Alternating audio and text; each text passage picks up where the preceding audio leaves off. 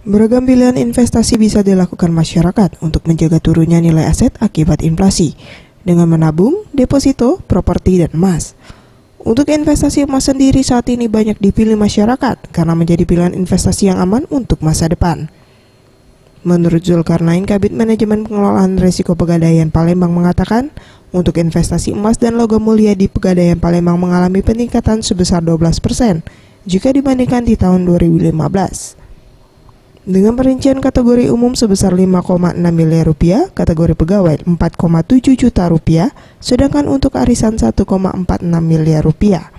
Itu terbagi kalau untuk mulia umum, itu kita sudah melakukan pembiayaan sudah mencapai 5 miliar, 5,6 miliar untuk pembiayaan mulia umum. Nah kalau untuk mulia pegawai itu memang masih sedikit, 4,7 juta. Nah, untuk mulia arisan itu 1,465 miliar. Mega Dwi Handayani, Anugerah Sandi Pratama, Sriwijaya TV.